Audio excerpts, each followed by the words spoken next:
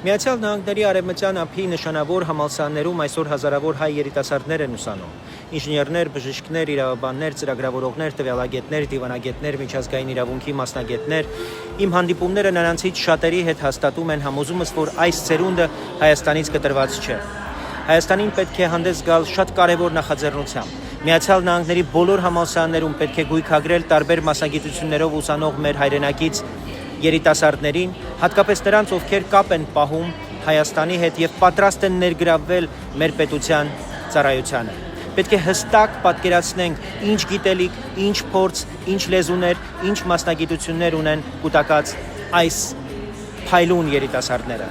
Հիմա, երբ Հայաստանի եւ Միացյալ Նահանգների միջև նոր էջ է բացվում անվտանգության, տնտեսության, տեխնոլոգիաների, կրթության մեջ, մենք այլևս չենք կարող հիմնվել պատահական կապերի, անձնական ծանոթությունների վրա։ Մեզ պետք է համակարգ, բազա, ինստիտուտ, որն ամերիկյան համալսարաններում կրթված հայ մասնագետներին համակարգված կերպով կկապի հայկական պետության կարիքների հետ։